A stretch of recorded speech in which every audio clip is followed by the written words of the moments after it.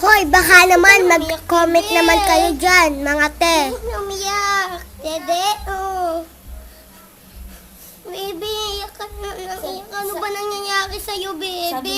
Sabi. Honey, sa'yo nga muna tong anak ko, anak mo. Ge! Alis na ako, ah. Ako makaalis na nga. Saan ka na naman pupunta? Ay, di pupunta sa party ng inaanak ko. Rico. Pupunta nga ako sa inaanak ko. Ba't ito? Di mo nalagaan. Anong pakailan mo kung di ko yan inaalagaan? Napangit ang itsura. Ay, mag-makeup ka muna ako. Tignan mo niya sa itsura.